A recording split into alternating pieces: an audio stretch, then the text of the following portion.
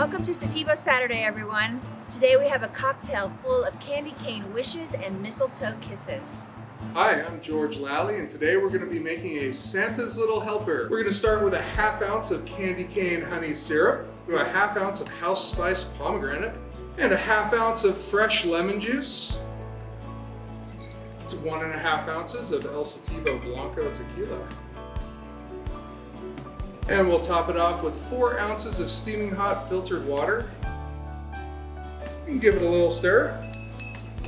Finish it off with a garnish of a fresh lemon wheel and rosemary sprig.